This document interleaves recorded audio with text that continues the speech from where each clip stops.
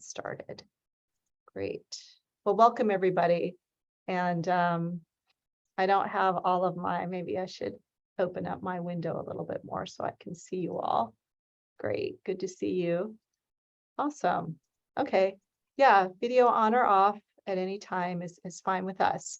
So, okay, let's go ahead and get started. It's after 6 o'clock, so we want to be respectful of everyone's time. So we'll go ahead and officially kick off the meeting. Welcome everyone to the Downtown Advisory Committee meeting. This is officially meeting number 3. We had our first meeting and then we had a follow-up with the ice cream social. Some of you were able to make it.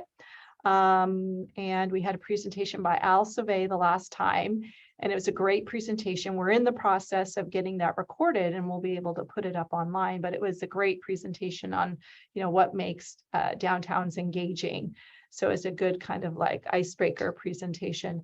And then tonight we have several things that we want to go over with the committee. But before we get started, I just wanted to remind everyone that the meeting is being recorded, just so you know. And with all of our meetings, next slide, please, we start with the Pledge of Allegiance. I think we need to go one more slide. Great. So if you can all join me in the Pledge of Allegiance. I pledge allegiance to the flag of the United States of America and to the republic for which it stands, one nation, under God, indivisible, with liberty and justice for all. Thank you. And next on the agenda is roll call. So I'm just going to go ahead and start calling off the names.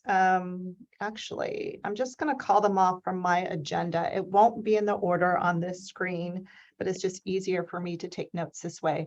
So when I call your name, if you could please unmute yourself and simply say here, I will note for the record that you are here this evening.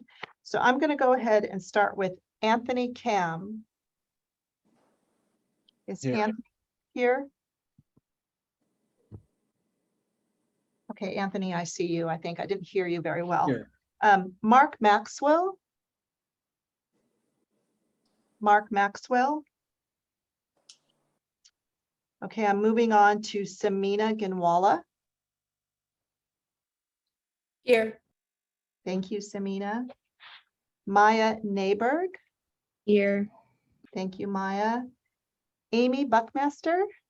Here. Thanks, Amy. Jean Denner. Here. Thank you, Jean. Allison Chang. Here. Tom Davids. Tom Davids. Okay, I'm going to move on to Allie Board. Here. Thank you, Allie. Donna Lira. Donna Lira. How about Madison Blanton? Here. Thank you, Madison. Joaquin Pedrin. Hey, Lisa. Hi, Joaquin. Sri Charan. Here. Thank you. Monette Meredith. Here.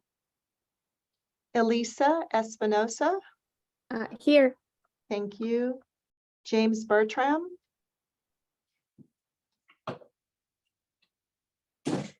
James Bertram. How about Cecile Lee? I think I saw.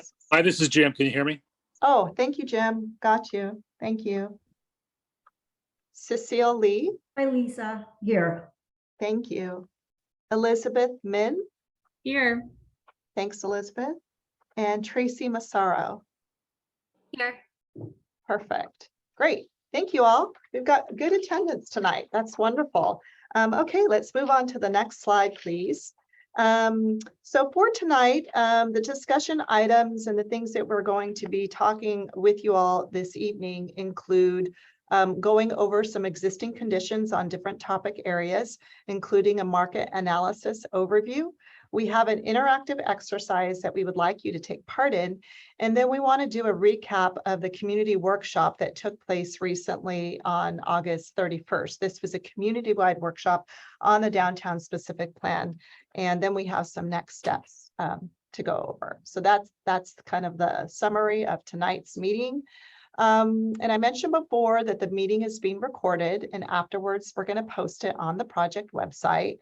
And Rachel may need to help me out here, but obviously we can hear you speak.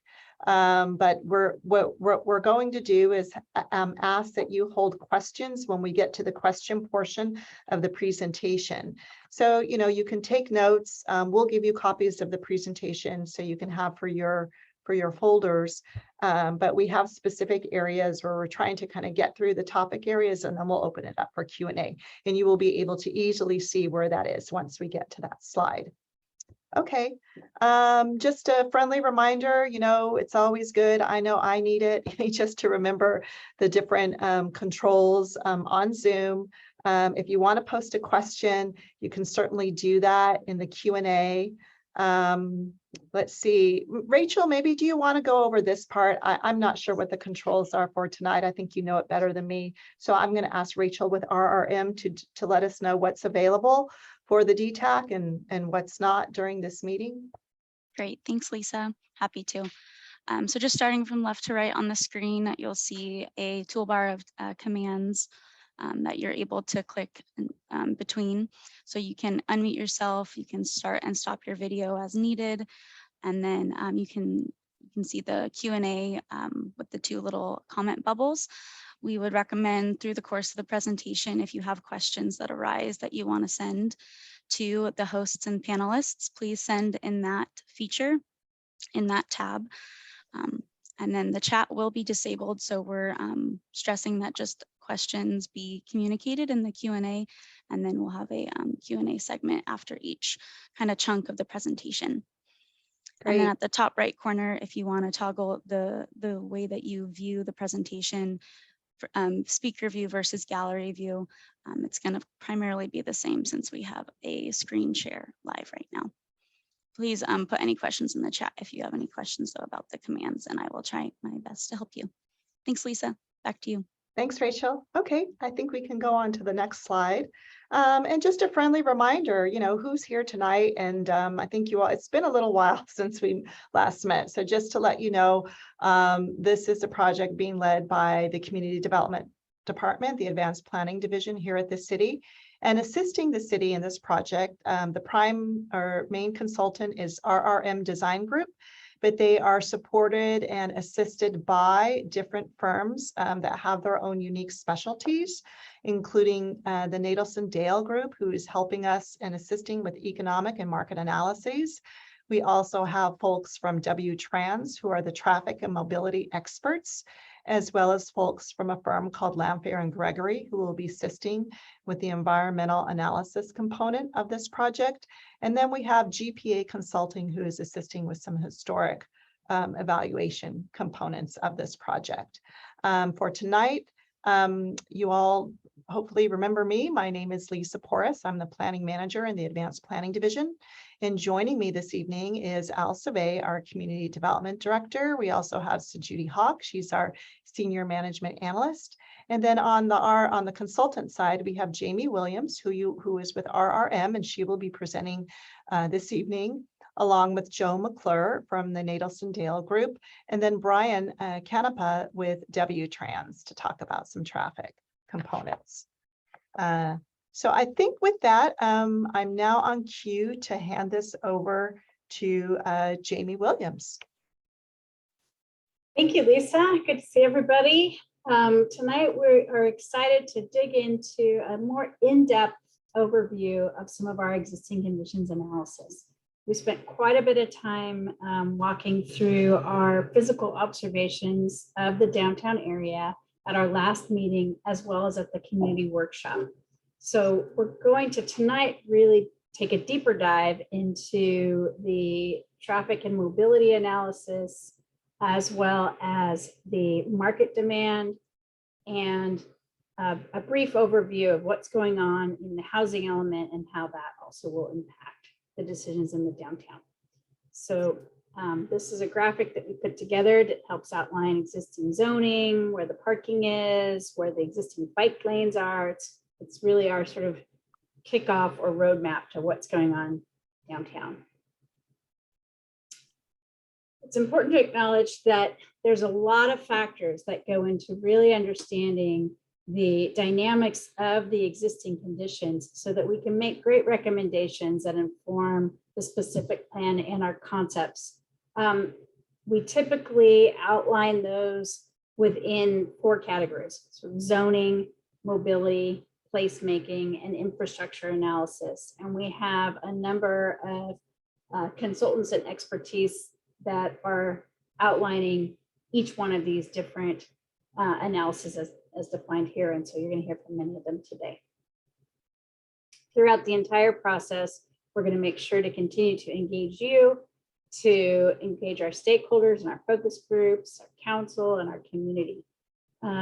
This evening's, we're really going to focus a lot on education and sharing what we've learned to date. And then a little bit of feedback through a really fun interactive poll. And then we'll come back at our next meeting with some concepts and ideas that we're going to gather more information from you on. So just kind of setting the stage that tonight's a little bit more presentation heavy than some of our future meetings will be. So with that, I'm going to turn it over to Brian. Excellent. Thank you, Jamie. Can we do next slide? All right. Thank you.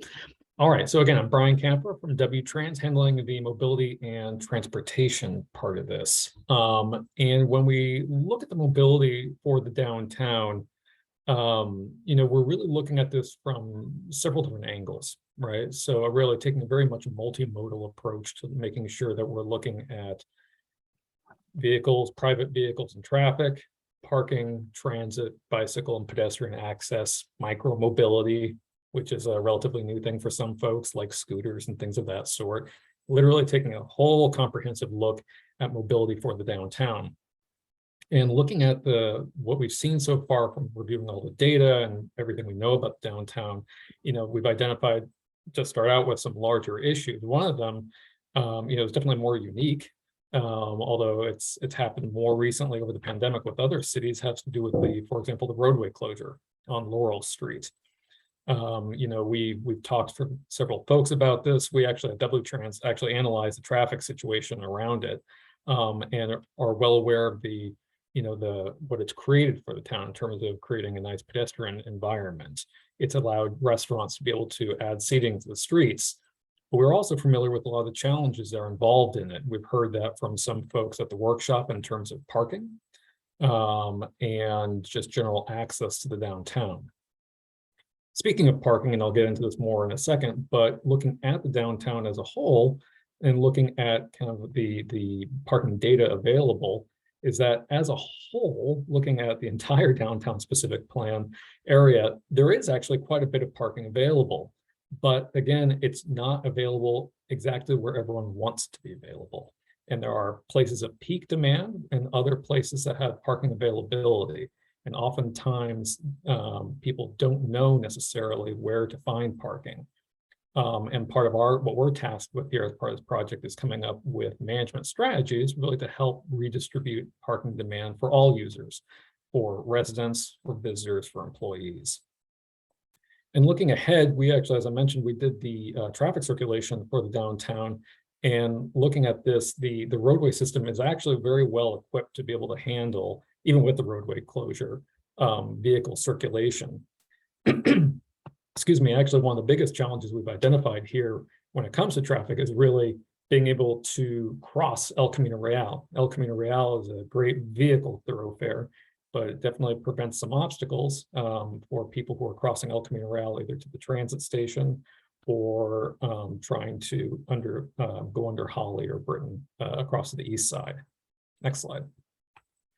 And so this is actually a map of the downtown specific plan and shows what we call level of service for many of the key intersections in the downtown. Level of service is just a way to letter grade in an easy way congestion and delay at various intersections. A being free flow, everything's great. F being standstill.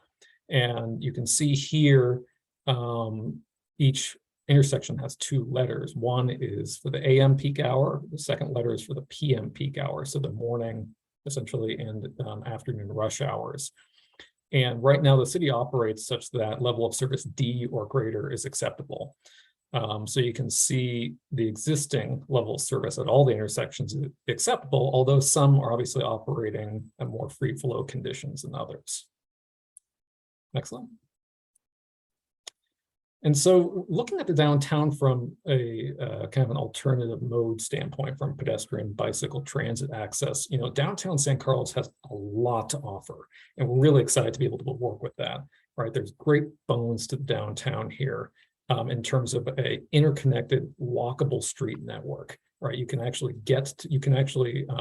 whether you're arriving there by bicycle, walking, transit, or even driving and parking, you can be able to stop once, drop your vehicle off, whether that's a car or bike, and be able to access everything on foot. Not only that, it's actually connected very closely to not only Caltrans, but several Samtrans routes. Most notably the ECR route that Samtrans runs up and down El Camino Real, which is very high, which is essentially 15-minute headways. So it's very frequent headways for bus service. And we did talk with Samtrans as a member of our mobility focus group, and they are actually slating plans to increase service along El Camino Real in the future, which we're definitely excited about.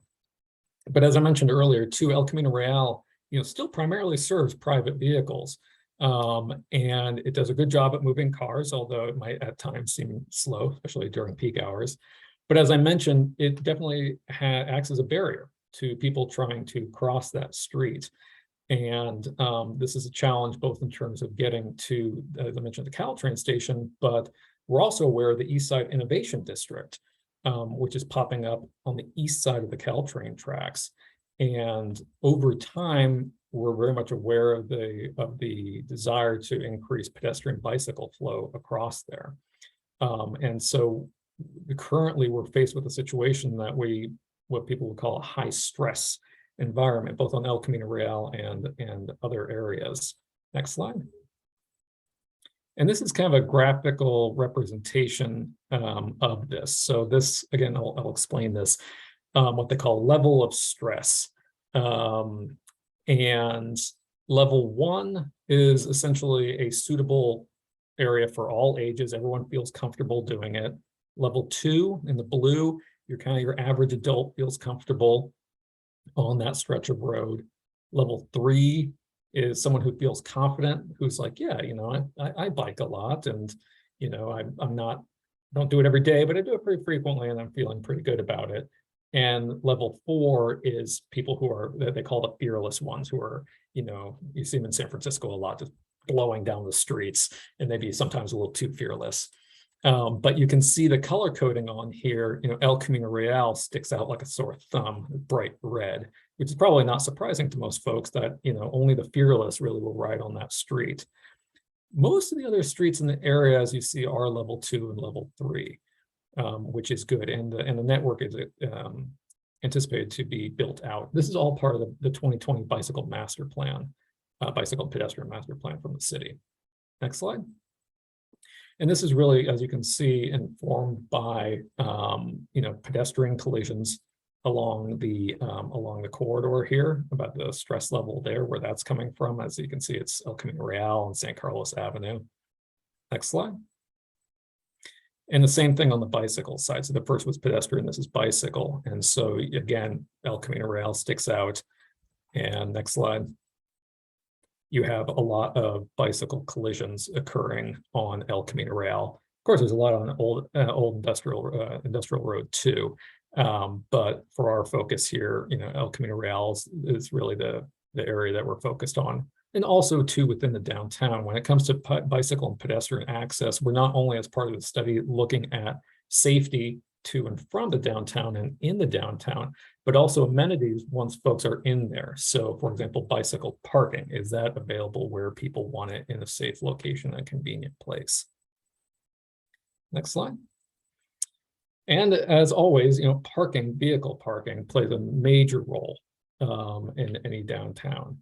And the case here in downtown San Carlos is just in the northern part of the downtown. So what I would consider everywhere from essentially Hawley down to Arroyo, there's actually a total supply of about 2,200 spaces. And people might be surprised by that number. They go, wow, 2,200, I never knew that. But there are actually that many spaces out there. Almost all the parking there is free, so that you don't have to pay for it, and time restricted.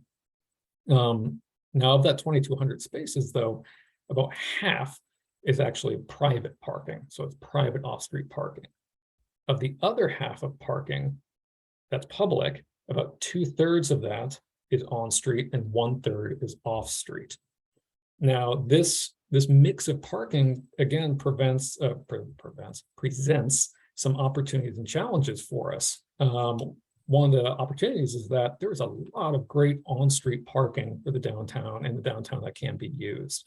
Now, challenge of that is not everyone always knows exactly where to find it, but that parking is actually available to everyone and it's publicly shared. On the private side, the private parking is largely reserved for particular users. And that is, it's great that the parking is there for the businesses to be able to use, but oftentimes is not as well occupied. So you can see from the occupancy rates here in the second bullet that at peak hour, private lots were only about 65% full. So you might be searching for parking, driving down the street, particularly on Laurel Street, wondering, gosh, where can I find a parking space? And there could be empty spaces in private off-street lots that simply are not available to you because it's reserved for the particular user. And so part of our job here, looking at this study, is trying to figure out how to incentivize, through, totally optional participation in it through shared parking agreements or other ways to get more parking to be able to be better utilized and help manage that demand. Next slide. And so this is kind of a color coding here of occupancy in the downtown. And so on the left side is what you call the northern side of the downtown. The right side is the southern side, so north and south of Arroyo. And the color coding essentially is kind of sort of like a stoplight. This wasn't our graphic, but red meaning very, very full to blue, which means mostly empty. And so you can see on here, for example, on a Friday midday, Laurel Street is bright red, right? Not surprising to people. You have a lot of folks, everyone wants to park in those prime locations. And as you stretch just particularly further south of Arroyo, it becomes very blue. There's a lot of open parking. So when we look at parking, we want to make sure that we're taking a comprehensive look at the area as a whole, but understand too that people are not going to, for example, park at the southern end of the downtown necessarily and walk all the way up to San Carlos Avenue. And we want to be able to make parking convenient for people, no matter where they are. Next slide. And similarly, we're looking at parking both in terms of weekday distribution and weekend. We're also looking at midday and evening. So we understand that the flow of parking and the visitors coming to the downtown will vary over the course of the day, depending on what day you're looking at. But some areas will tend to, again, peak more than others. And obviously Laurel is one of those. But what we're really looking for here are opportunities. Where are we not best utilizing parking? Where can we? And what are the barriers to doing that? And oftentimes, as I mentioned earlier, it could be either because lots are private reserved. They could be lack of signage and wayfinding that people simply don't know those spaces are available. The downtown, there actually is an employee parking permit program that's not necessarily heavily used, but it could be. So we're looking at ways to be able to incentivize that more. And at the end of the day, essentially to better distribute demand so that people can get where they want to go in a motor vehicle. And that wraps up my mobility assessment. I'm happy to talk and answer questions, if there are any. So I think folks should be able to unmute themselves. And I don't know, let me see if I can change to gallery view. We can see if anybody's raising their hand or. Hi, Lisa, I was physically raising my hand. Oh, good. Yeah, that's No, what I was right. looking for. I knew some of you might do that. You know if you're looking for the icon. Great. Hey, quick question. How about the parking that's over there by the by Caltrain? Is that something that we're assessing as well? Is there public parking there? Is that parking that would influence any usage that comes in to downtown over there on the east side of El Camino Real? I'm actually very glad you brought that up. We are absolutely looking at that. The parking on the east side of El Camino Real, I think, represents a real opportunity for us because there is a large and frankly, mainly empty supply oftentimes.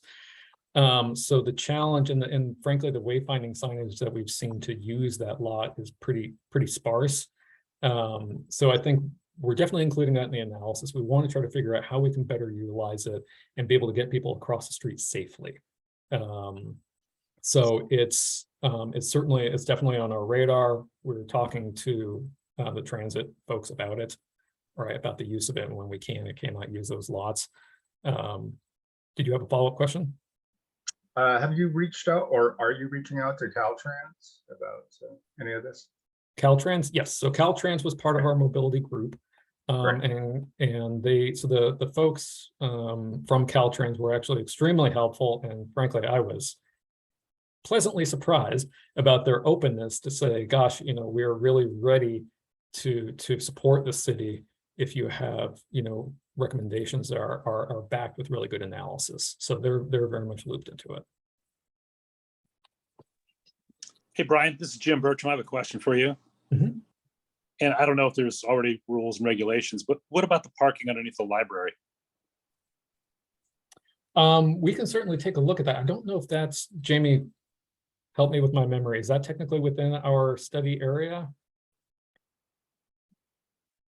I can answer. Go ahead. Oh, Lisa, there, okay. It is not, but it is surrounded by the streets that are part of the streetscape component of this plan.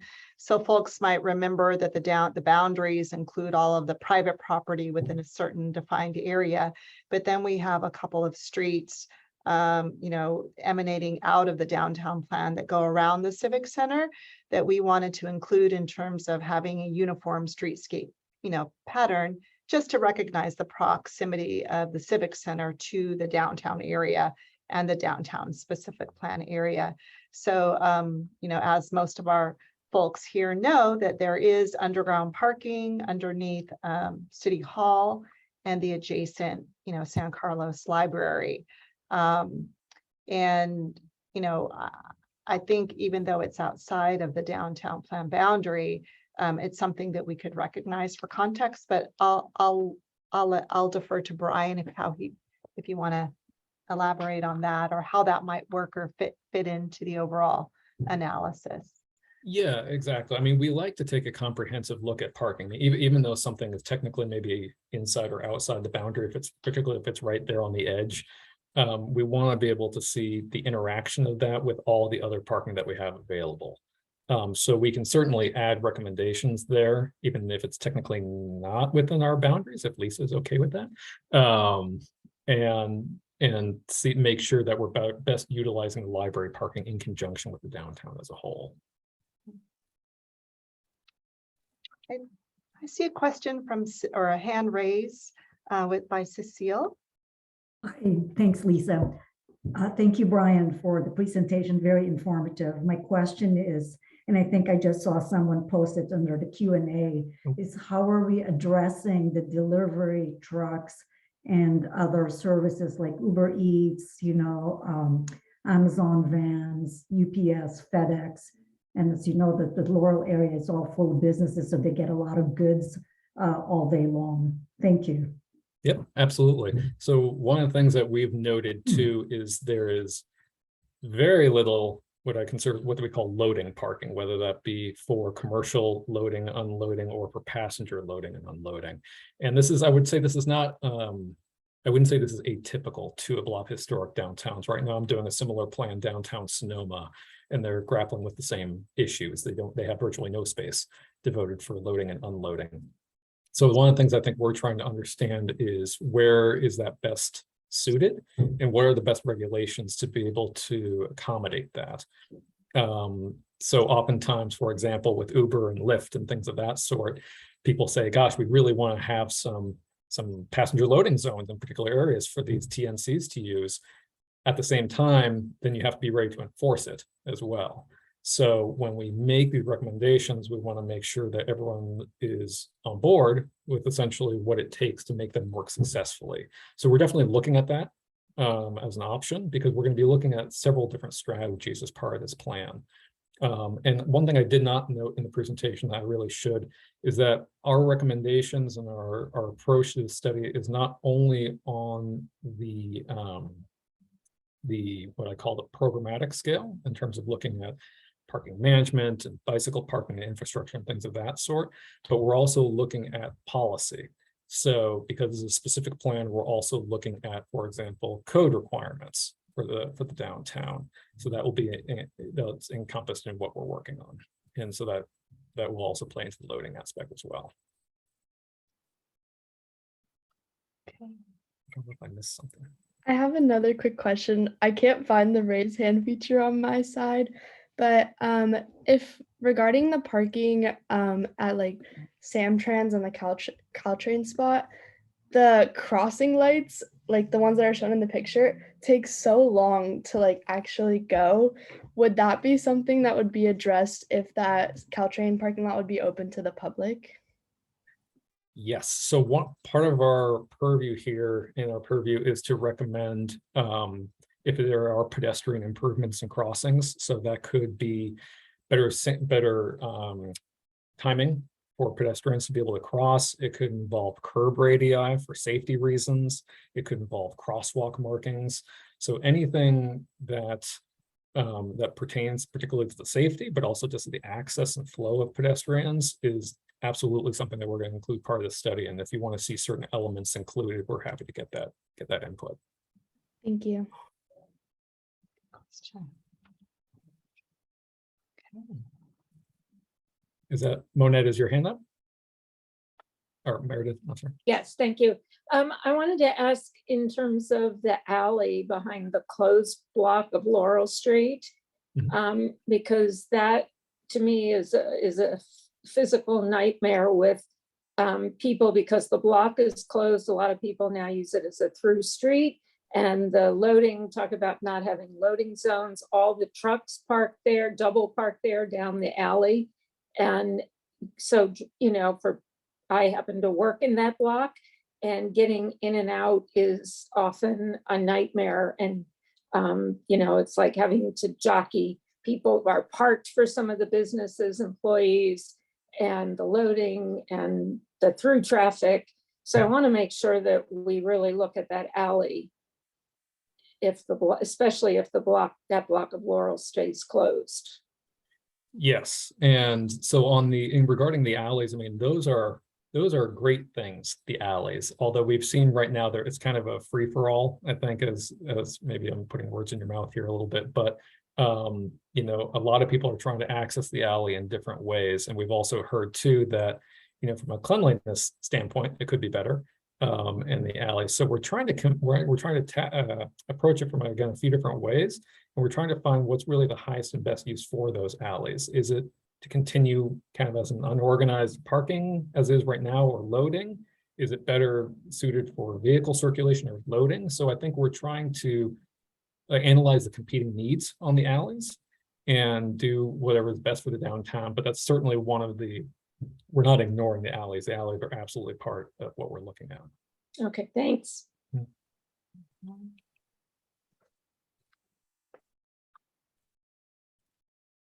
Okay. Well, I think if, I think Allison sorry. has.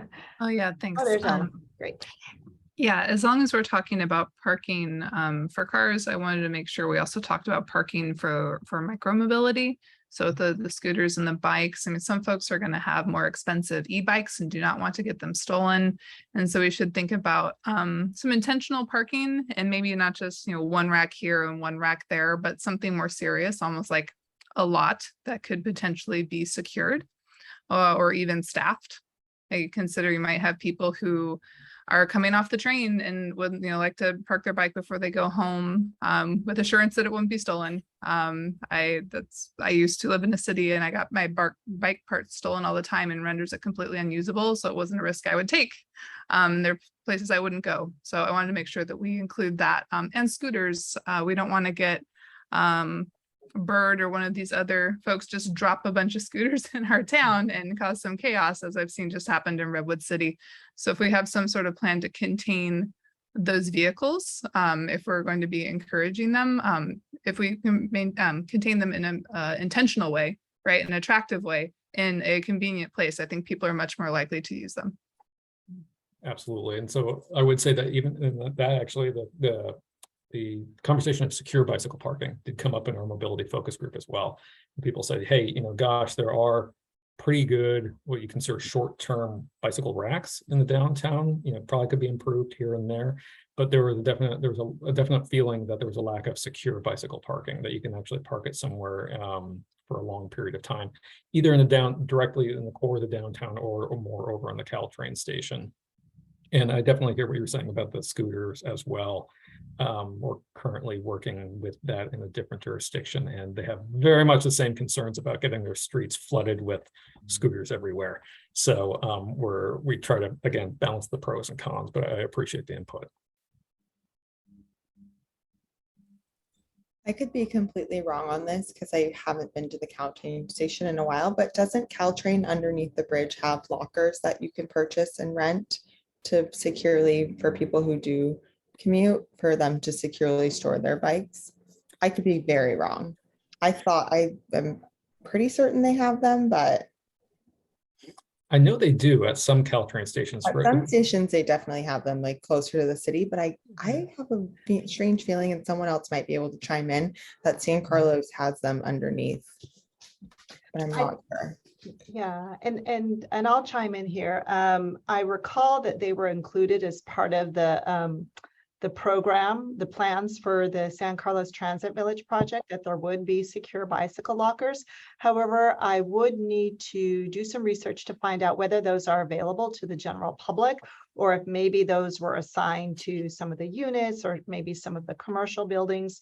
So that's something that we can definitely look into. And certainly if there's a resource there, we'll want to take note of it and consider that, and the full inventory, I guess, of possibilities for where bicycle parking currently is, and where we might need to kind of formalize it and look at it more specifically as part of this planning process. And last piece on that too, just because I have to add it. We're also, as part of this, when it comes to bicycle parking, I think Allison, because you raised it as well, we're looking at your kind of everyday bicycle parking, but also special event, right? So you do have a lot more of the very successful bike valet parking operations that are happening. I know I'm up here in Sonoma County, and the Sonoma County Bicycle Coalition hosts them all over the place, which is great. Jeez. Sorry. There's an earthquake. Did anyone else feel an earthquake? No, I did not. The dogs are going crazy right now, though, out in the neighborhood. There's They're barking emergency like alert. crazy. Oh no. Earthquake detected. Yeah, the Where whole are you, house. Brian? Sonoma? I'm in Sonoma. Sonoma County. My whole house. Okay, is I'll so take a minute shaky. to hit us. Yeah. Like, So, all the dogs in San Carlos are barking like crazy right now. yeah, Mine are barking, but that's just because they bark. yeah. Wait, I'm I'm sorry. waiting though. Yeah, sorry. That kind of took me by surprise. I was like, wait a minute, something's Oh, happening. man. And I could feel my whole house moving. Oh. Jesus Christ. Okay. Yeah. Is it really? Are you in Sonoma? Are you at Healdsburg or out? I'm in Pengrove right now. Oh, I'm wow. actually going to go and go grab my kids and just make sure they're outside. Okay, Brian. Yes, So- that's fine. I think we can let you go and keep us posted. Okay, I shall. Sorry about Okay. that. All right, no worries. This is life, right?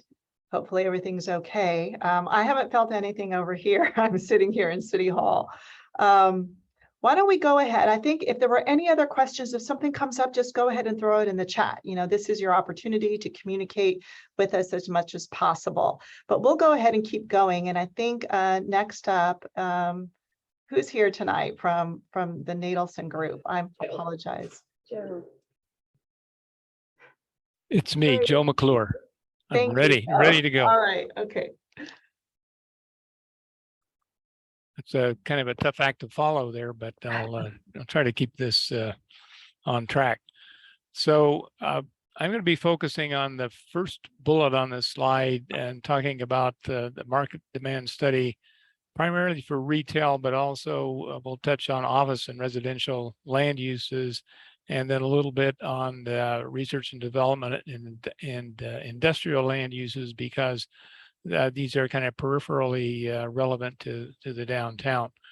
Then later on, we'll be doing these processes you see below here, talking to people in the development community, doing the pro forma financial analysis, and then some implementation recommendations to help whatever we suggest be more feasible. Okay, next slide.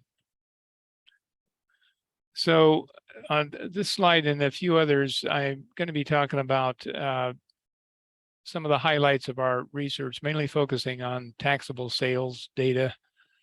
And then after those 2 or 3 slides, I'll be getting into the results of the study and helping us all kind of interpret what those things mean.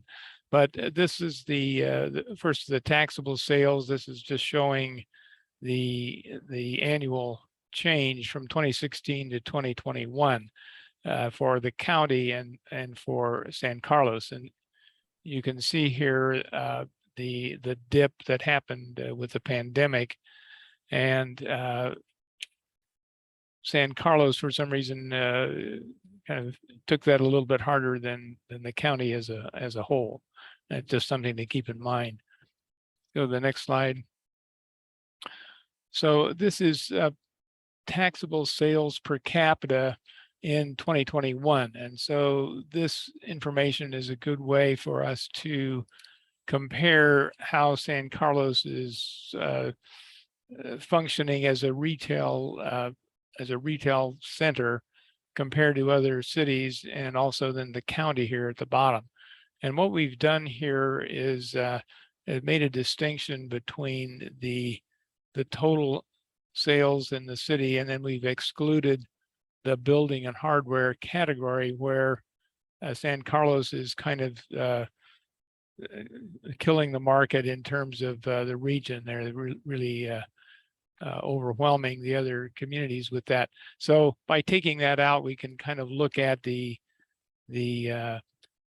other aspects, the other categories of retail, and kind of make that comparison on that basis. So even by taking out the big elephant there in building and hardware, San Carlos shows up with good numbers in terms of taxable sales per capita, and a little bit below Redwood City, a little bit below the county, but in pretty good shape for that.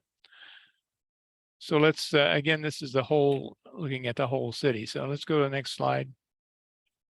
So we're in taxable sales again, at this time by retail category.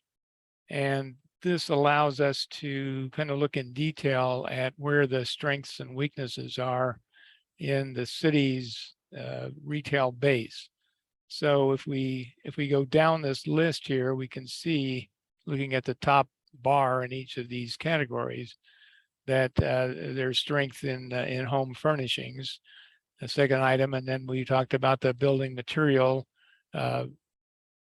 really overwhelming the rest of the sales numbers. Food and beverage stores, a little bit of a weakness there, which is kind of an unusual situation, but strength in, if we go on down, clothing and clothing accessories, and also food services and drinking places, and then other retail. So if we look at all that together, we think about, is the city sort of a destination in the sense of being a shopping area? And I would say yes, even though the noticeable weakness here, if you go 3 up from the bottom, the general merchandise stores, which would be like your mainline department stores or discount department stores, You just don't have those. And so that's the reality. But by having these strengths in these other areas, the city is really doing pretty well. And some of these things are, as you know, are just sort of accidents of geography. Other places have these other kinds of stores, even the food stores. Neighboring communities just have the supermarkets that are convenient to your resident population, and so you just don't have big numbers in that category. So let's go to the next slide. This just shows the trade areas that we used in our demand model. In the middle there is the city, of course, and then there's a 5-mile ring around the city, actually centered on the downtown. So let's go to the next slide. So now we're getting into the results. And there are several things going on here in this table that we have estimates of the existing development and then the future demand through 2040 for these different uses: the retail, the office, research and development, industrial, and residential. So what's important here is to think about sort of the comparison. There are two things to sort of compare. One is, how does existing development kind of compare to the future? And we think for retail, there's 2.2 million existing square feet. In the future, through 2040, we could see another 790,000 square feet. Again, this is citywide. Office is not a big use in the city now, but in the future, maybe 80,000 to 125,000 additional square feet.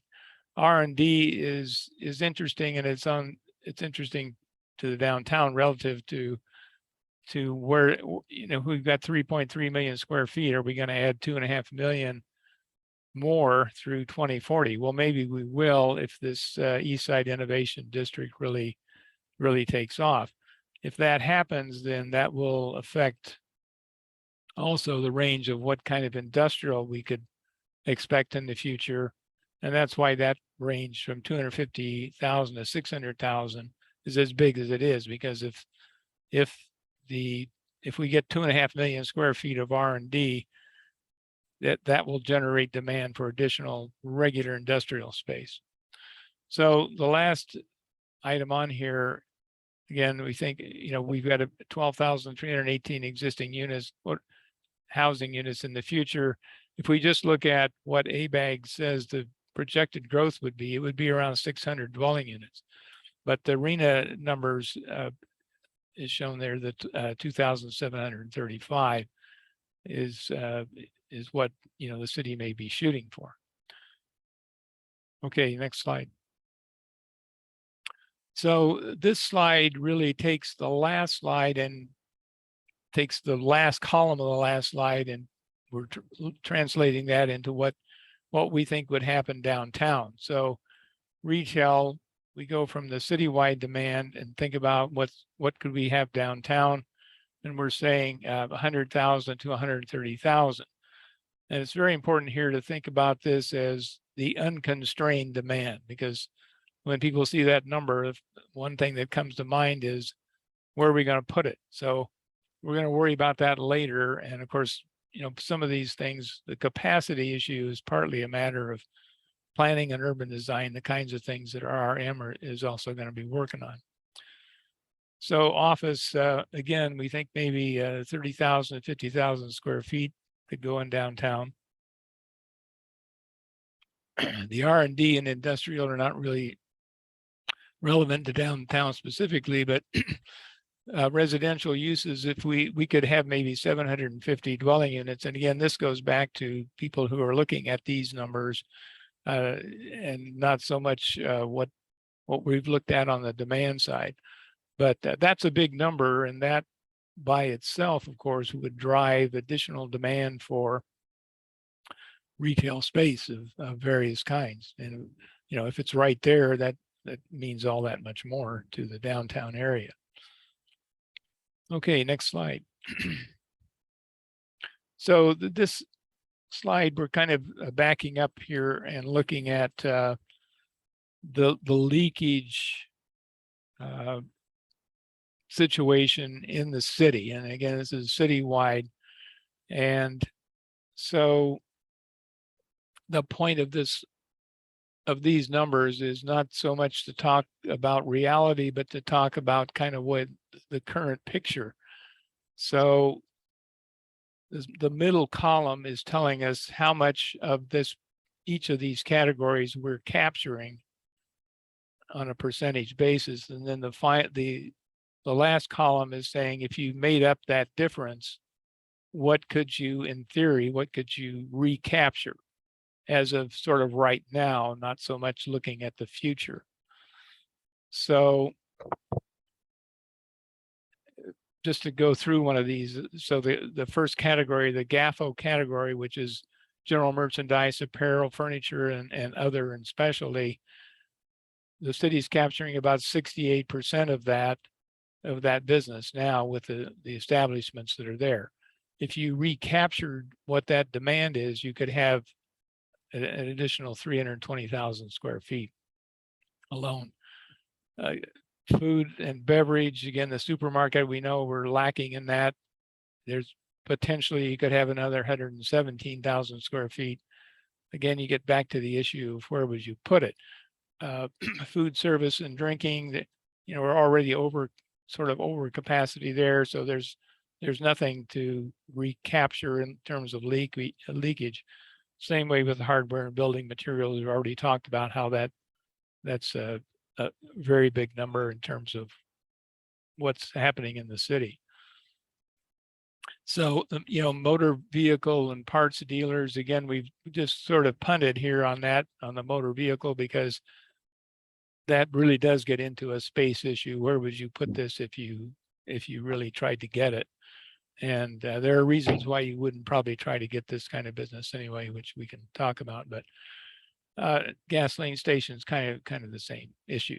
So, but this gives us a sense of kind of what is missing in a way, whether you really try to recapture all of this or not. It's just another way to think about the retail base.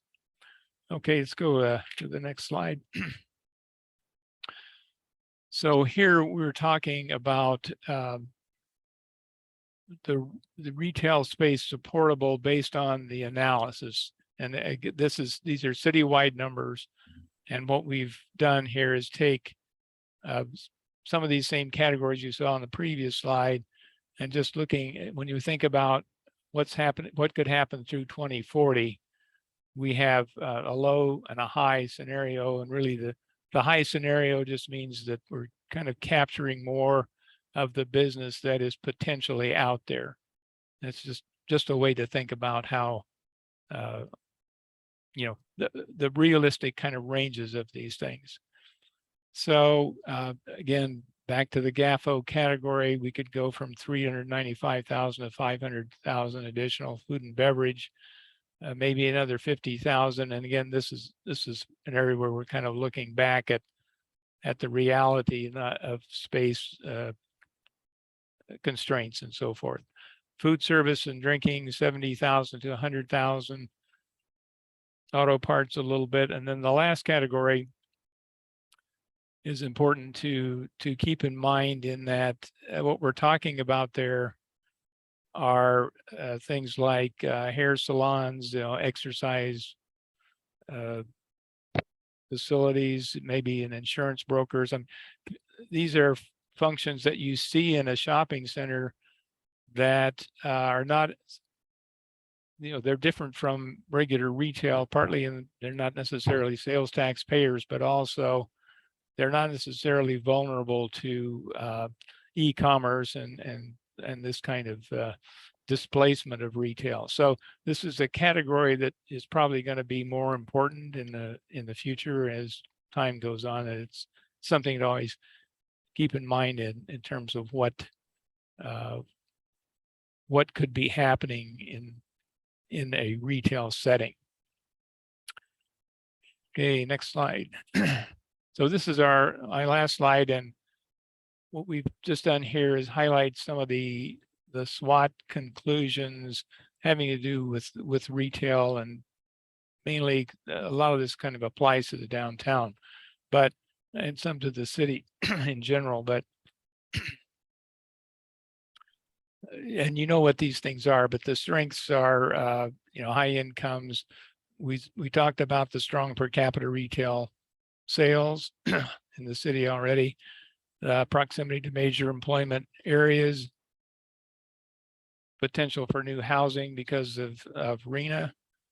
On the weaknesses side, we talked about the leakage in several of these categories. Limited land available. We know we've got that issue downtown. Some people have mentioned the possibility of a disconnect for businesses if they're outside of the Laurel core. Then in opportunities, we have that leakage, but we have the potential to recapture some of that leakage.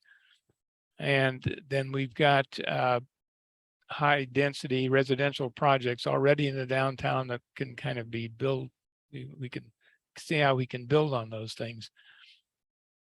By already having these things, you can, it helps to kind of make a magnet for more of the same.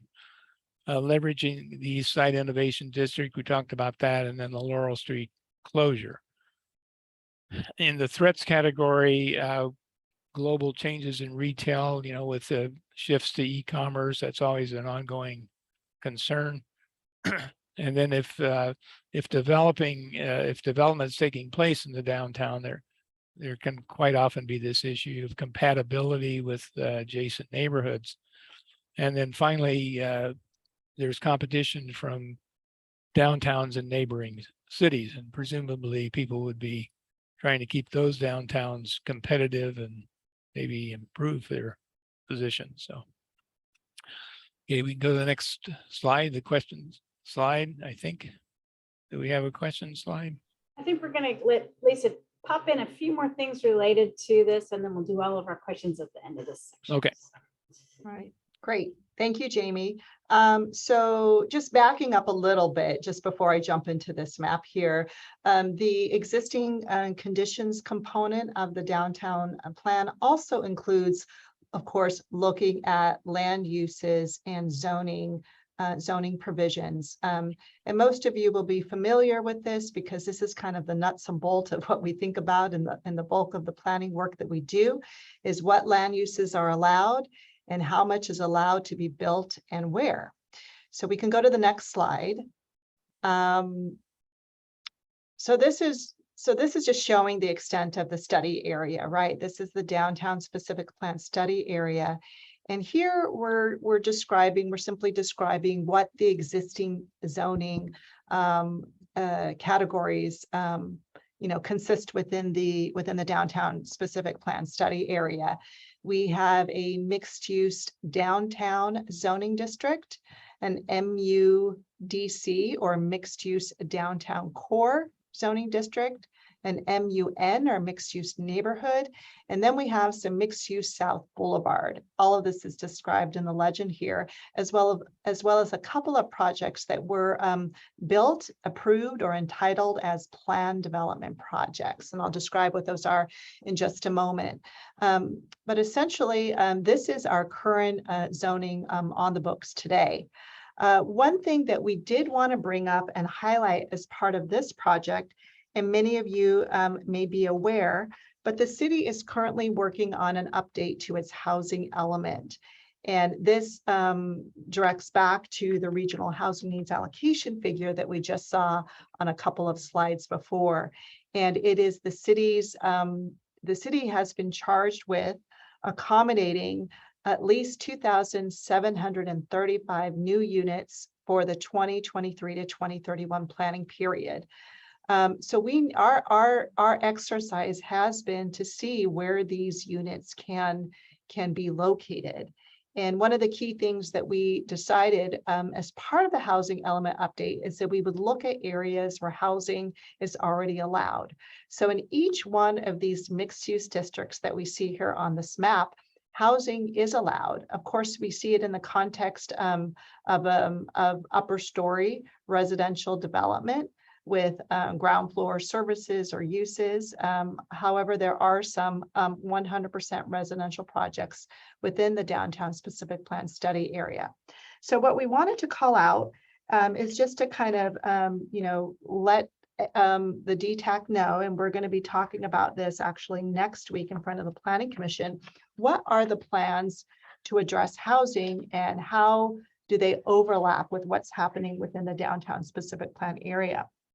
So we looked at the city as a whole and mostly for mixed use and multifamily zoning designations that are occurring along El Camino Real, kind of emanating westward along San Carlos Avenue, and then sort of surrounding the downtown in the context of multifamily housing developments. If we can go to the next slide. So what we want to share here, and sorry that this is a little bit fuzzy, but what we want to share here are what are some of the zoning changes that are happening as a result of the Housing Element Update project. And a lot of these changes are taking place within the context of mixed use and multifamily zoning districts, which include RM, RM59, and a new RM100. Most of the mixed use and multifamily zoning districts go up to 50 to 59 units to the acre. What we are needing to do as part of the housing element update in order to meet the minimum of 2,735 new units is to look at increasing the densities as a strategy to accommodate this growth in housing. That is our obligation, and all of the cities across the state have an obligation to provide housing. So as part of the housing element update, let's go to the next slide. What we're looking at is increasing densities from 50 to 59 units to the acre up to 120 units per acre. And 120 units per acre is going to occur along El Camino Real and portions of San Carlos Avenue. And it'll drop down to 100 units to the acre in the multifamily, the multifamily zoning districts. Along with the increase in density, we're looking at increasing building heights from 50 feet, where their max is today, to approximately 60 feet and up to 75 feet in certain locations. And then that is accompanied by an increase from 4 stories to about 6 stories. One of the areas that's important to note, because this is kind of like something that comes up and has come up on occasion in the past with respect to the downtown core or the city's historic core. Maybe if we can back up a couple of slides and maybe go back to that. Yes, this is a good one. So the historic core consists of the first 2 blocks of San Carlos Avenue. So maybe Rachel or someone can help me out by using the pointer. Go to San Carlos Avenue, the first 2 blocks there, correct. That is considered the downtown core and the historic core, as well as the 600, 700, and 800 blocks of Laurel Street. So while we are proposing density increases to this area, we deliberately did not modify or are not proposing to modify the building heights and the allowable number of stories in this particular area of the downtown and of the city where these zoning changes are contemplated, because we want to have that discussion occur as part of the downtown specific plan. But we are setting the table and introducing density increases across these zoning districts as a means to accommodate our regional housing needs allocation. We will be working with the RRM team and the community as we look to kind of fine tune the zoning standards within the downtown area. But we do need to, as part of the exercise for the housing element update, need to look at density increases across the board in this area. So we wanted to touch on that because that's important as it relates to the work that we're doing, obviously in the housing element, but the direction that we're going in the downtown specific plan that we're obligated to do, and that is a state requirement. So of the total of 2,735 units that we need to plan for, we have anticipated and kind of done some analysis on some sites in the downtown area that approximately 757 new units could occur within the downtown specific plan boundaries. Next slide. And so I think now we can open it up for questions. And both Joe and I are available to take questions on the market analysis. And then Lisa, it looks like, also- sorry, Lisa. Yeah. I was just gonna say that Anthony has a question. He has his hand raised. Oh, great, thank you. Yeah, can you hear me? Mhm. Yeah, great. Joe, thanks for putting that together. One question I had is, so in regards to the units, you mentioned 600 units, and that it was in your study, that was just the natural progression of development sans the RENA goals. Those were based on the ABAG projections, basically. You know, Okay. what the official population projections. Okay. Yeah. Lisa, was there any thought to get to including the CVS parcel in the downtown plan? Well, right now the city has 2 CVS parcels, right? There's one that's in the downtown specific plan boundary area, and there's It's one in over. Carlos Avenue. Yeah, the one, and then there's one over near the city limits with Belmont, right, at the north side, going north on El Camino Real.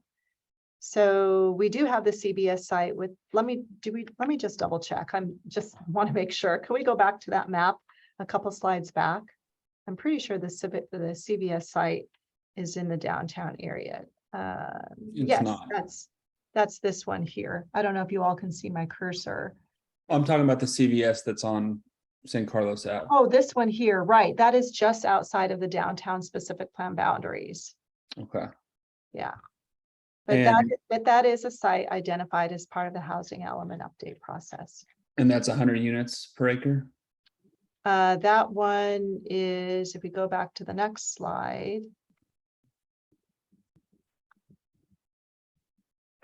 That one is along San Carlos Avenue. So that's going up to 120 units to the acre.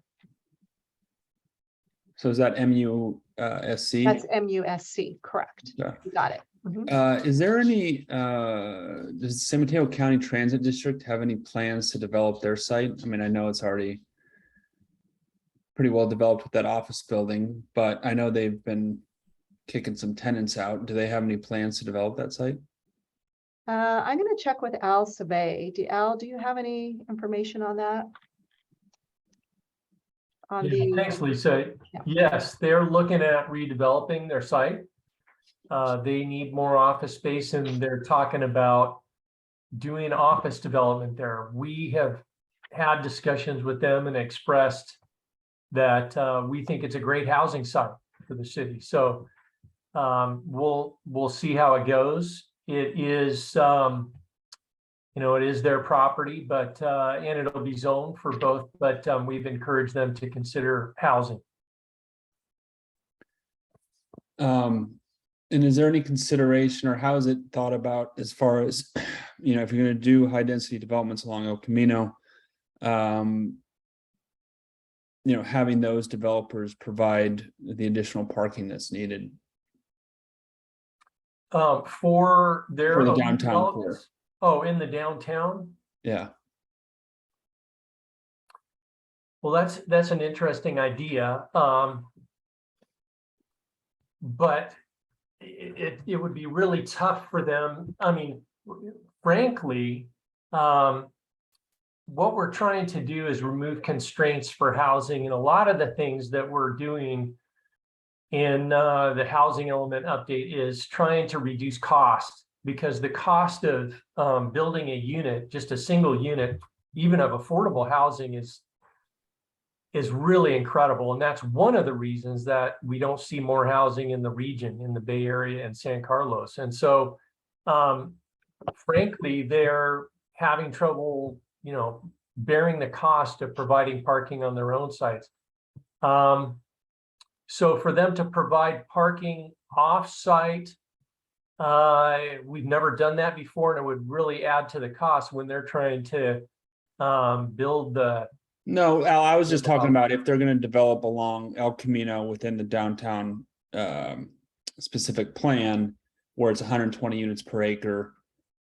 If you can get something on scale, maybe the developer can provide not only parking for that specific development, but also for the downtown Right.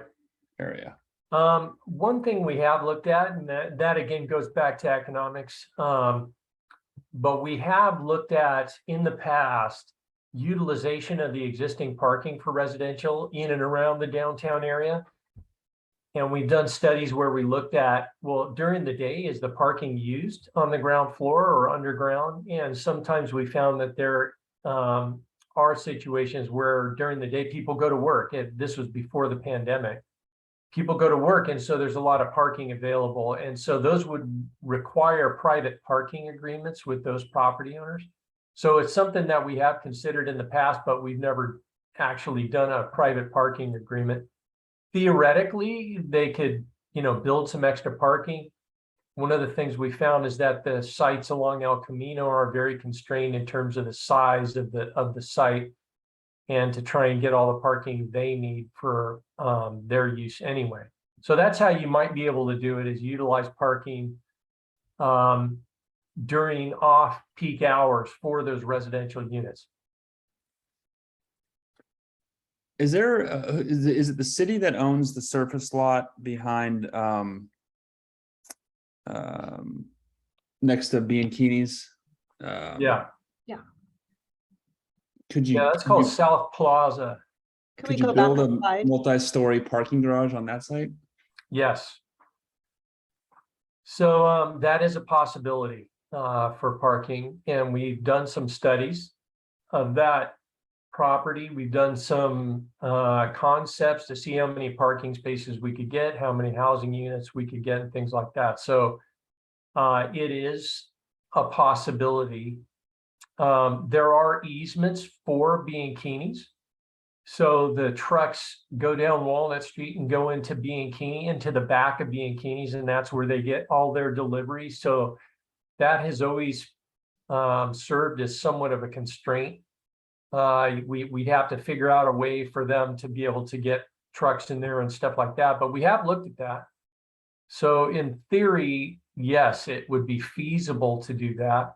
What would make it even more feasible is if we were able to assemble additional properties or work with Bianchini's to build on top of a larger site. That would make it more feasible from an economic standpoint. I think it's important to note too that, these great comments and thoughts. As we move forward, we're going to be really taking a deeper dive into what are the strategies that can be employed. How can we incentivize additional parking if that's a desire that comes out of this specific plan effort? How do we incentivize public-private partnerships, things of the like? So this is just sort of the data gathering stage. And as we move through this process over the next several months, these questions that you're asking, I think will have a little bit more teeth and depth. So I just have, thank you. I just have one last question, which is, has there been any thought to making the downtown core similar to what Redwood City did with their precise plan, where you provide 5 different design criterias, and if it meets specific, outlines that you have, they can process their development in 3 to 6 months, versus what is the expectation, I guess, right now on a development, 18 to 24 months before entitled?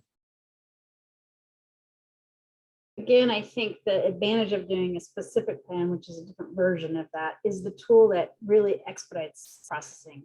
If we're going to write specific criteria, parking ratios, development standards, and the like, the project will also will have a program EIR, environmental impact report, that looks at the entire area as a whole, which then also expedites processing and will put into place how development can go through a faster and more expedited processing because they're adhering to all of the standards of this specific plan. Now, if they decide to go outside of that, then that's a whole different program. But yeah, the specific plan is a tool that ultimately will determine what is allowed, prohibited, and what that range of development can look like. So once implemented, how long would it take to go from submitting an application to approval for development? You know, Anthony, it really depends on the size and scale of the project and what we're looking at. And it depends a lot on the developer in terms of the review side. It depends on what the process is, like you were just talking about. Do we have an expedited process? Do we have to use the existing process that we have? Does it have to go to public hearings? Does it not? So it's really hard to say. We've had projects, you know, get entitled, meaning we can give them permits pretty quickly. I mean, if it conforms to all the current zoning, in fact, you know, just, you know, 6 to 9 months max. But it takes developers, property owners time to, you know, do the plans and line up the financing and things like that. So it really depends. Okay. Yeah, I guess what I'm just trying to get at, Al, is that, you know, time is always the biggest, one of the biggest issues in development, right? So if we're going to try to get something from developers, which is parking, which is multifamily units to meet the RENA goals, right? Like, you got to cut out as much as you can in order to take the risk farther down the scale for the developer. So, yeah. Yeah, that's it, I guess. Thanks. Thanks. And I noticed we have some other hands, so I just want to make sure we have some time to get to some other folks' question. I see Allison. Maybe we'll go to Allison, then Amy, then Cecile. Yeah, thank you. I had a question about those larger, like 100 or 120 units per acre, just trying to conceptualize it. You know, I live in the 1001 Laurel housing development that's in that little blue square on the map. And there's some empty space there, you know, in the courtyard, but it's pretty dense, you know, 4 stories, and we've got shopping on the first floor. It's like 90 units or so. Like, is that the sort of development that we would be thinking about for those much higher density things? So like mine, like by El Camino? Yeah, I mean, essentially the highest density that we're proposing to meet arena is 120 units to the acre, which would occur along El Camino Real. And so that project, I think, is 4 stories. I'm not sure the height. Well, first of all, it was entitled as a plan development plan, and plan development plans can deviate or have different development standards, such as units to the acre, height, or maybe some flexibility on the setbacks upon approval by the city council. So all the little sites that you see in blue kind of probably include a lot of the baseline zoning standards, but are deviating from the standards in one way or the other, just like Wheeler Plaza did. I think they got a bump up in the amount of height.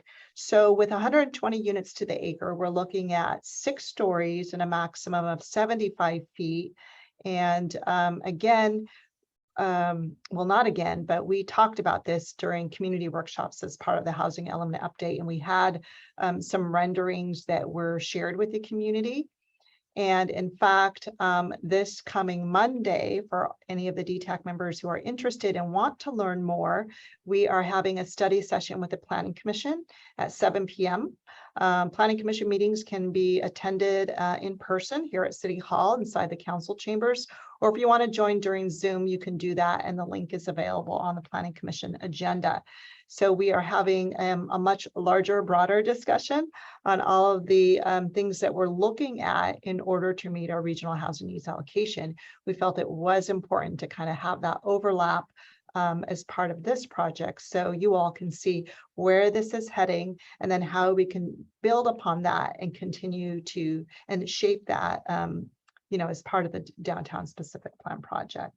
And Allison, you can feel free to reach out to me directly, or maybe what I can do is just send a link out to all of the DTAC members to show you a couple of renderings that were shared with the community. But if you can think, you know, adding a couple more stories on top of that, there's probably a 6-story project, you know, down the street in Redwood City that you can take a look at. maybe we can provide some real life examples, but essentially that's what we're looking at. And then, Yeah, thank you. I mean, that vertical space could be really interesting design wise. I hope it helps us give the city a visual identity. mhm. And then I think after Allison, there was it Amy and then Cecile. Amy, did you still have a question? It was more just to follow up what Jamie was saying, just on the, putting together the strategic plan, and just that when we're thinking of housing on El Camino, the corridor side, will we be considering, if would future development have below grade housing, retail in the middle, street level, and then housing on top? Is that something that would become a norm versus to meet some of the numbers? And so Yes, that's right. In our mixed use district, developers can choose to put the residential above or office above. So we have some assumptions underlying in the amount of housing that we can get with these zoning changes, but where most of the time what you see is some ground floor retail or services with housing above. We do allow 100% residential projects in certain areas under certain criteria that is met. But for the most part, yeah, it's usually housing above. Okay. And if a developer can pull it off and it pencils for them, they can put the parking below grade. But often we hear that that's really expensive. Yeah, I know. And in the downtown area, there are different standards for parking than elsewhere. I should say in the mixed use districts, there's different standards for parking than in the general multifamily zoning district. Thank you, Lisa. I just wanted to know. Yeah, that's under consideration. And then we are considering, or as the specific plan is going to be putting together, the idea of going higher in downtown in the historic. In the downtown core, we specifically didn't want to touch that.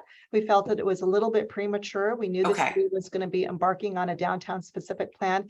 And because the core is the area of downtown that most people are familiar with, it's kind of like where the highest degree of foot traffic and gathering takes place. We wanted to leave that conversation to this process. Okay, that's what I wanted to ask. Exactly. Okay, thank you. And I guess Cecile? Oh, hi again, Lisa. My question has to do with the office demand data that was presented tonight. 3 years into the pandemic and the work from home model is still going very strong.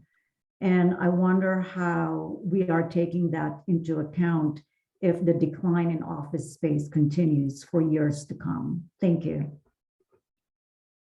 Yeah, that's a tough one. And I think everybody's kind of in the same boat, kind of watching and waiting and trying to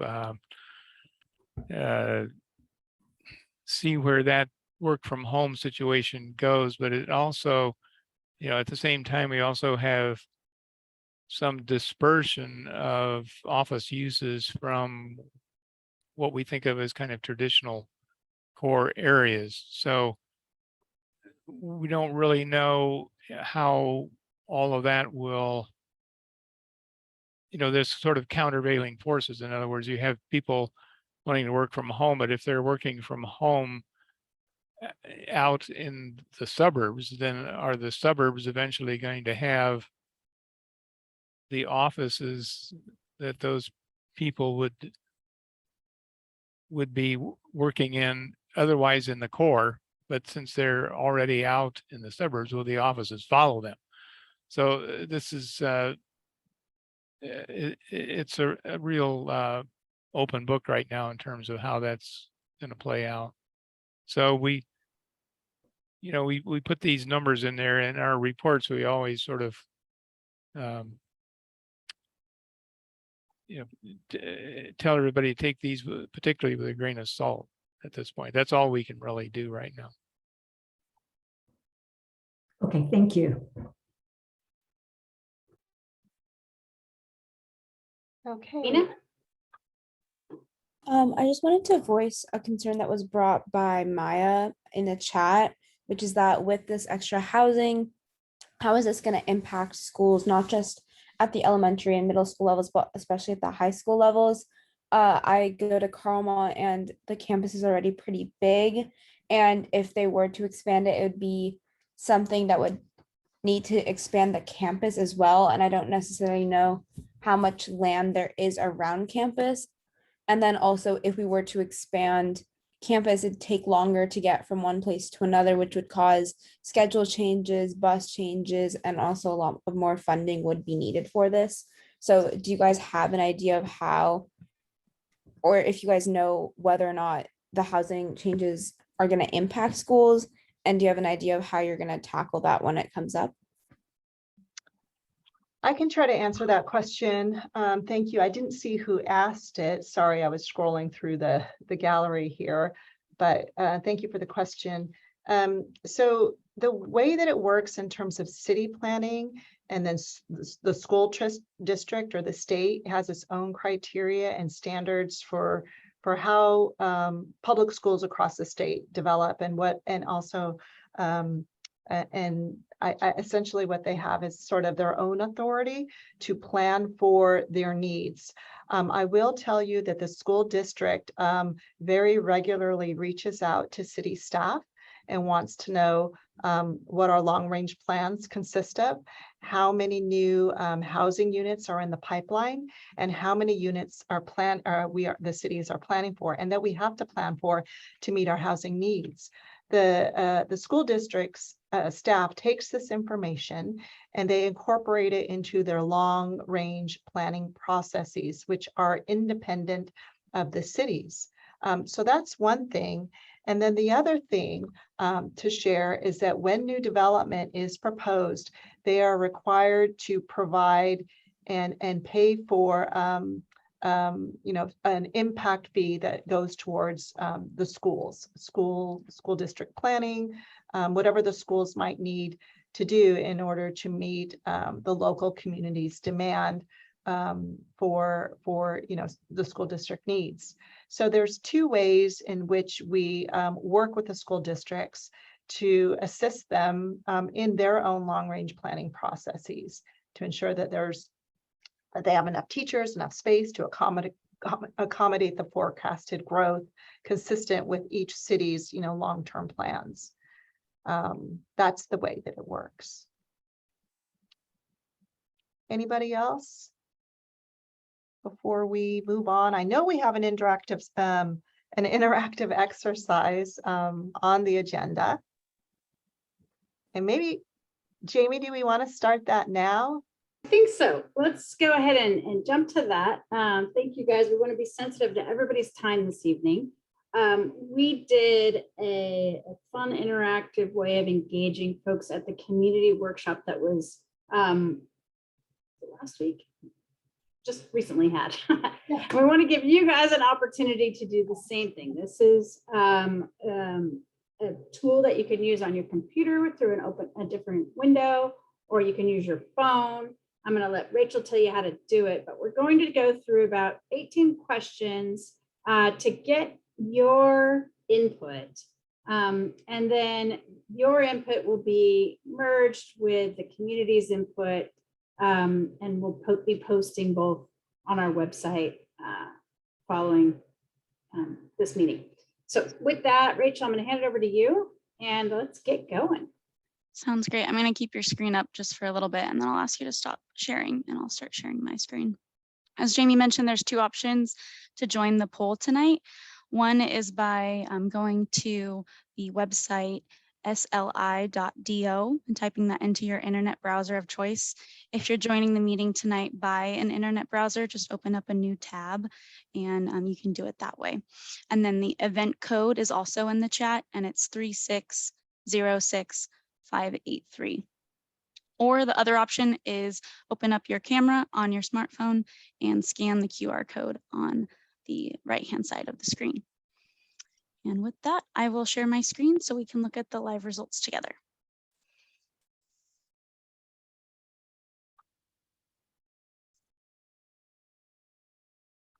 Can everyone see my screen okay?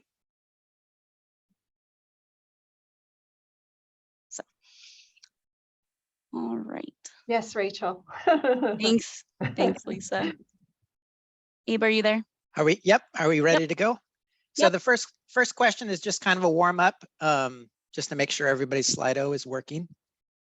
and that we're having fun with it. And feel free to answer the incorrect question because this one doesn't matter, the incorrect answer. So what is the city motto? And we all should know that it's the city of good living.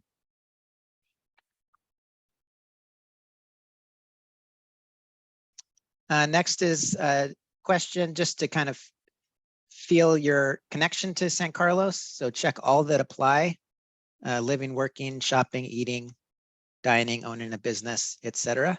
And let's see how you're all connected to your city.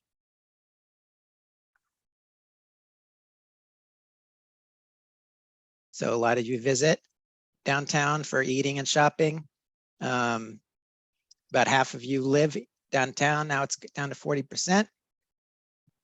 And a lot of folks can walk to downtown. And we have a few folks who own a business. Great. Let's go to the next one. So if you could describe downtown San Carlos in one word, what would it be? So an opportunity for you to give us your response, a free response question. And we'll see what pops up. So we will formulate a word cloud, and we'll just let a few more folks enter, and then let's see what comes up.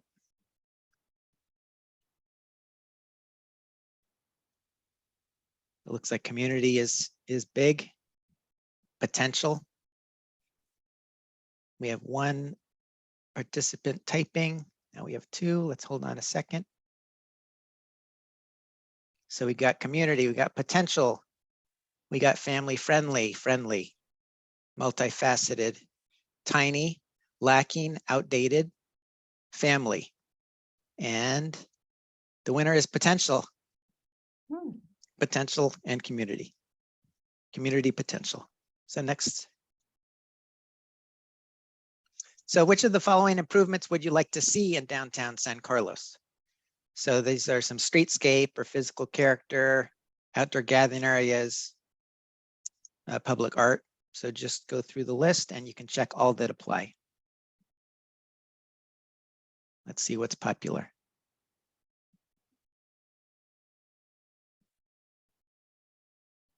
So far, almost everything. Beautification, street trees, additional outdoor gathering and seating areas, things like plazas and pocket parks, enhanced aesthetics of the commercial character and building design, outdoor dining areas, and then some interest in highlighting the culture and history of the downtown and public art and gateway and wayfinding signage. Some public realm improvements. Okay, next question. Why do you currently go to downtown? And this again is check all that apply. Eat, shop, work, services, farmer's market, take the train. You live in downtown, to visit Laurel Street.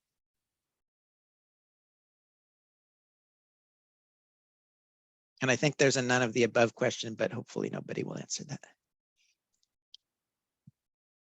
None of the above answer. So we've got eating. Everybody eats downtown. That's awesome. 4/5 of you shop and go to farmer's market, and many of you visit Laurel Street and go for services. So, and then there's the percentage that live downtown, and some folks are taking advantage of the Caltrain station nearby. So I'll go to the next question. Which of the following uses would you like to see more of within downtown San Carlos? So we've got a list here. Check all that apply. Shops, restaurants, culture and entertainment, personal services, mixed use, gathering spaces, and housing options.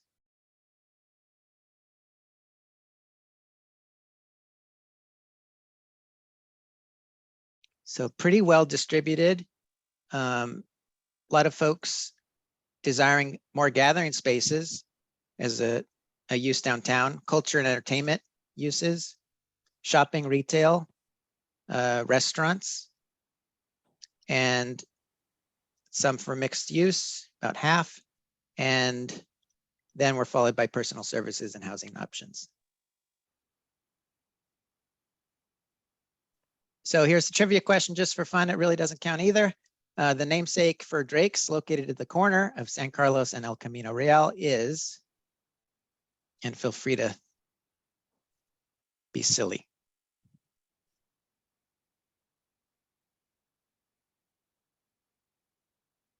All right, so most of you know that it is Mr. Friedrich Drake, who is known as the father of San Carlos. So a fun fact. So next question. So this is about Laurel Street in the 600 to 800 blocks. So the core area from San Carlos to Arroyo Avenue. Which of the following uses would you like to see? And again, check all that apply. So we have retail, restaurant, professional offices, medical services, boutique hotels, and mixed use. Give it a couple more seconds.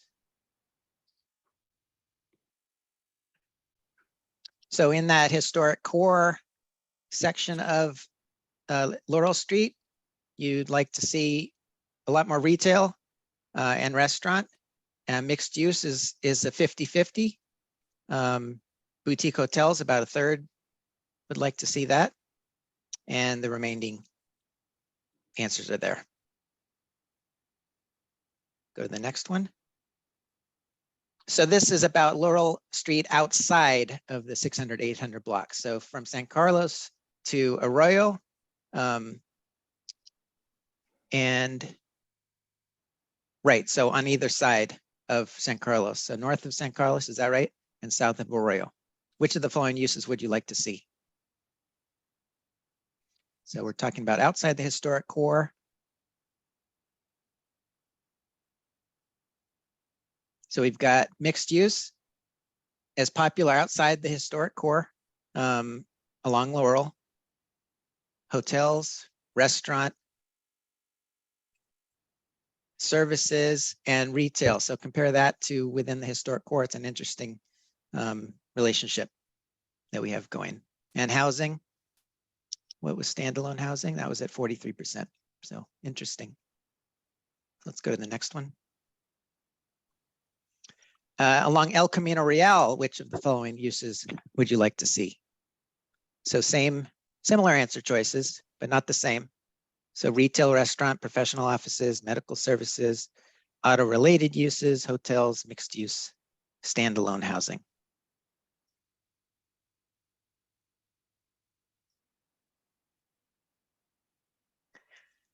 So along El Camino Real, so far we're at about 2/3. Oop, just jumped. 2/3 retail and hotels and mixed use. And then we go down a little bit in priority to professional offices, medical services, restaurants, and auto-related uses are down, and standalone housing down at the 25% area. So again, interesting. Okay, another trivia question that does not count, but is important. The citizens of San Carlos voted to incorporate San Carlos as a city. When? And don't cheat by looking at this first before you vote, because other folks could be wrong. But the answer is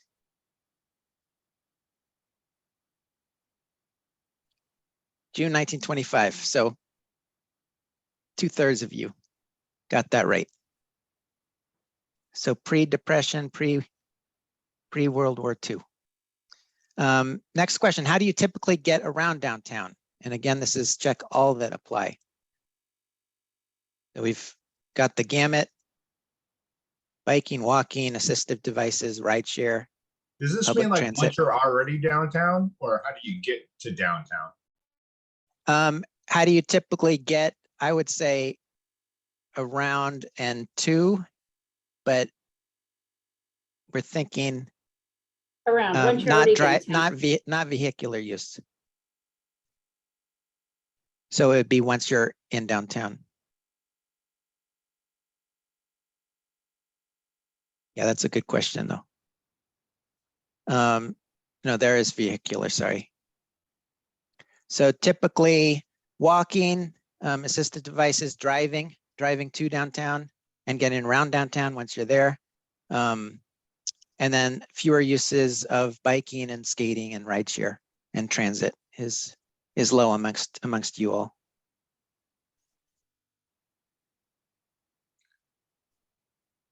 And which of the following mobility improvements would you like to see in downtown San Carlos? Again, check all that apply.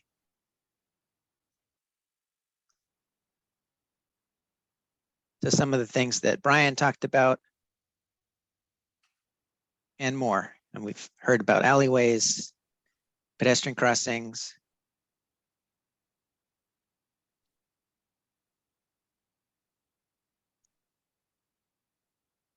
So it looks like we've got alleyways. Let's keep that 100%. Are we done yet? All right, alleyways at 100%. And then we've got sidewalks and pedestrian crossings, and then to bike and transit amenities. And then followed by Caltrain station access, connectivity, scooters and e-bikes. If you parked once and walked around, how far are you willing to walk to your destination? So this is about parking and then potentially visiting just one or visiting a couple destinations on your trip.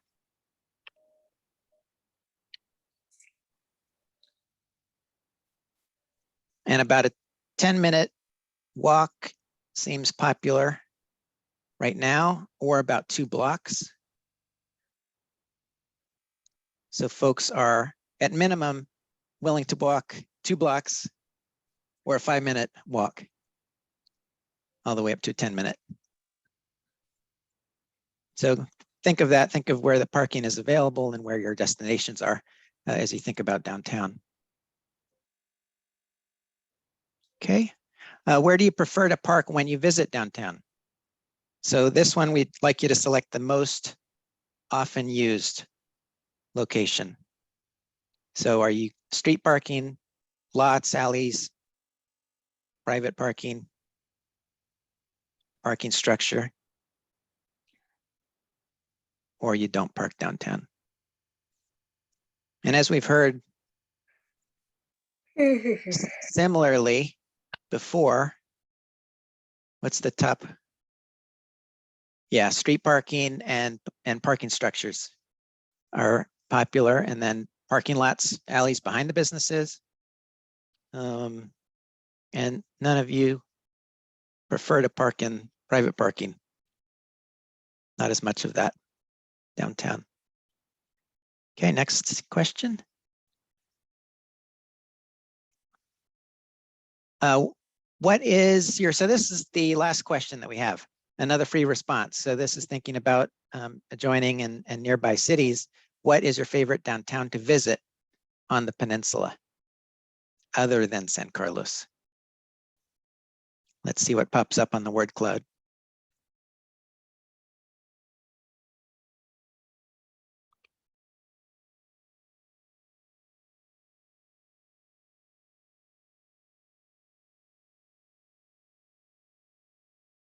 So we've got a couple people typing, but the big winner seems to be Redwood City. And we've got San Mateo and Burlingame as the next, and a couple votes, or 1 or 2 votes for Hillsdale, Palo Alto, Menlo Park, and another half vote for Mountain View. Oh, Burlingame wins the race.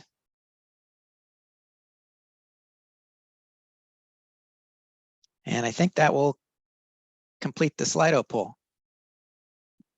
So thank you. Hope you had some fun. Sorry about the transportation mobility question downtown. I think we got that cleared up. So all set. Thanks, Abe. Jamie, did you want to go over that one question in the chat before I stop sharing my Okay, screen? I think, thank you. I want you to stop sharing. And we did have a comment or a question in the chat about gathering spaces. Those are, it was sort of intentionally vague. We're going to be digging deeper as we develop concepts and try to understand what people want to see for their gathering spaces. So thanks for that question, and there is more to come. I would like to just quickly go through an overview of the community workshop. So let me share my screen again. And I'll just take a couple of minutes to catch you up to speed. I think that there was a little homework assignment that you could participate in it or watch the video. But if you didn't have a chance to do that, we wanted to make sure you knew what happened. We had a great attendance. The city did a wonderful job of getting the word out. We had somewhere between 150 and 200 people that were there. The mayor welcomed everyone. We did a more robust specific plan overview and review of existing conditions that was very similar to what you guys all saw at your first DTAC meeting. And then we did the exact same interactive poll and talked about ways to keep involved throughout the process. And then we had some optional breakout rooms where people were allowed to pop into a room with 4 to 6 people and sort of share their thoughts. So as part of that, I wanted to bring back a few comments that we heard. This is just an abbreviated version of it. All of the comments that we're collecting through your feedback, through the stakeholder meetings, through the community workshops, they're all through our interviews with council, they're all being brought forward in a comprehensive way to really help inform the next steps and the strategies that we will be developing. But some of the comments that we heard was a desire to have an increased variety of businesses and services that cater to people of all ages and backgrounds. Also, providing affordable options for housing and entertainment and shopping and dining, and more community events and cultural opportunities in the downtown area. As it relates to community spaces, getting back to your question, more public spaces for people to gather, enjoy, and meet in the downtown environment, to participate in community activities and events, as well as making sure that the downtown is really designed for people, emphasizing public space, walkable streets, human scale development. An interest if Laurel Street should remain closed to vehicles, to design it in a permanent pedestrian oriented way. And then we talked about alleys and mobility and parking, just increasing and improving the functionality of the alleys is important to people. The safety for all users is a priority, especially on San Carlos Avenue and El Camino. And then to make sure that parking downtown is generally convenient and available. So now we're kind of in the midst of phase 1. You've seen this graphic before. As we mentioned, this project is 4 phases. We are concluding our due diligence and basic understanding of the project area, of the specific plan area, I should say, of the analysis that our sub-consultants are conducting. And then we'll start to develop the concepts that we're going to bring to you with some alternatives and some big ideas and gather some additional feedback. That's going to happen much later. We kind of need to get to work now. We need a little space to start getting down to business and letting the creative juices flow and bring to you some interesting things to discuss. So you won't see us for a little while, but we will be working hard and coming back to you with taking all of this great input and coming up with some ideas to share. So those are the next steps. I don't know, Lisa, if you wanted to, I guess. Sure, yeah.